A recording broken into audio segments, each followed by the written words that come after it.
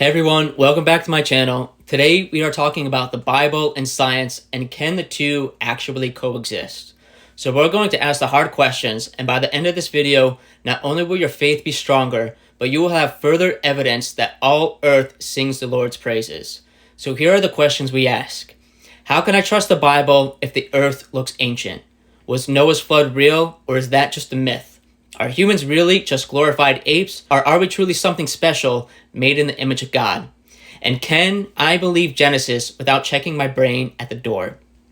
I'm going to walk through exactly how I worked through every single one of those questions, not with slogans, but with actual evidence that was shown to me step by step over many long conversations. This is my story, this is where I stand today, and I hope my story helps you with your journey with Christ. The question that started everything was, does God exist? To me, you can't look at a newborn baby's eyes or a single-cell living organism or the fine-tuning of the universe and think that it exploded into existence by accident. To me, denying a creator is the illogical position. But as I was doing my research, I was running into Christians who were insistent that the earth was only thousands of years old and that every scientist was either lying to me or was incompetent. And to be honest, that never really sat right. So I finally decided I'm going to look at the best evidence available from both sides with no filters. I'm not going to rage quit in my discoveries as I go on this journey. And wherever the evidence leads is where it leads, and that's where I'll land. So I looked at the age of the earth and the age of the universe, and I asked, how old is everything really? And what I've learned is that we don't date the earth with any one method. We have dozens of methods that actually all agree with one another. For example, we have starlight from galaxies billions of light years away. We have uranium, lead, and other radioisotope clocks and zircon crystals, which date to 4.3 billion years in the oldest rocks. We have ice cores in Greenland and Antarctica going back 800,000 years with annual layers that you can count like tree rings. We have lake varves and coral growth bands that go right through the supposed year of Noah's flood without any disturbance. There's ancient Bristol cone pines that are still alive today and over 5,000 years old, with dead ones overlapping to 9,000 plus years. Every single one of these independent clocks says that the earth is billions of years old. There's no global layer of water deposit chaos from recent worldwide floods. The evidence is so consistent that even most Christian geologists and astronomers accept an ancient earth. You know, this was something that I battled with a little bit between old earth and new earth. But to me, as I continue to see the evidence that is provided to me, I am now much more clearly decided that we live in an ancient earth rather than a new earth. And that was further proven to me as I looked into Noah's flood. And this is what I discovered when researching the flood of Noah.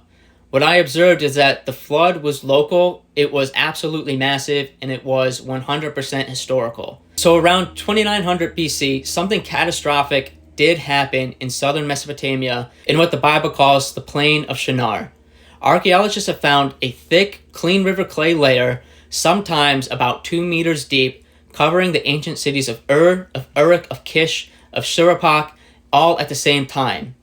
The man who was excavating the site, Sir Leonard Woolley, he was actually excavating the site of Ur in the 1920s, called it in his field notes, the flood. The layer is real, the date is exactly on time, and the location is where Genesis says that it's going to be, and it places it in Cain's descendants, in their land, and later where the Tower of Babel is created. From the perspective of the people living there, on that flat river plain, when the Tigris and the Euphrates both burst their banks and caused this flood, the entire world that the people knew disappeared underwater. The biblical language that is used here is all the high hills under the whole heaven. So at this time, this is where civilization was. This is where society was formed. This was truly global in the sense of civilization and of society. And this is where the people were. This is where the flood happened. The flood is 100% real. It's proven in the archaeological evidence. It may not have been worldwide as in the entire globe, but global as in civilization and society. This is 100% echoing the Word of God. Genesis 6 through 9 makes perfect sense when we look at it this way, and we don't have to deny geology or the Bible to believe one or the other. So as I said, this is where civilization was. And civilization is right on time according to the Bible. Genesis 4 tells us that Cain built a city and his descendants invented metals and music and livestock herding. And when we look at the story of Cain and Abel and what happens to Cain, and when we look at archaeological evidence, guess where we see the first appearances of cities on the planet Earth, where we see civilization form?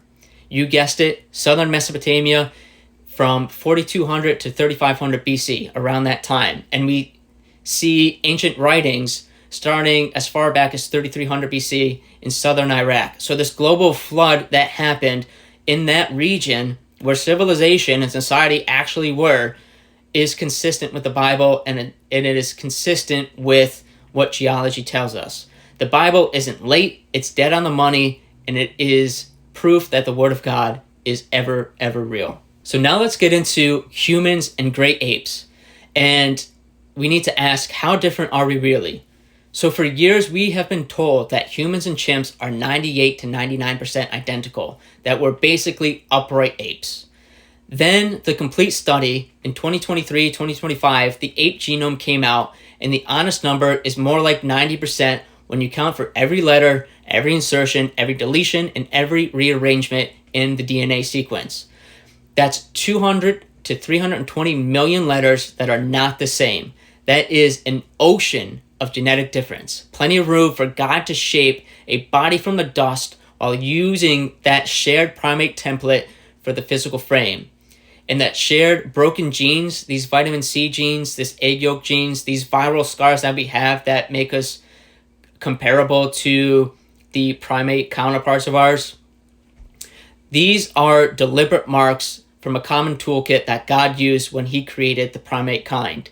The moment that he breathed the spirit into man and made us in his image, just something far bigger than DNA happening, that image of God is not a gene, it's a miracle that makes worship, morality, art, and relationship with our Creator possible. So here's where I've landed. This is my conclusion and why I have peace in my conclusions. This is my conviction. There is one true God, creator of heaven and earth. The universe is billions of years old, and that makes his patience and power even greater than we can fathom.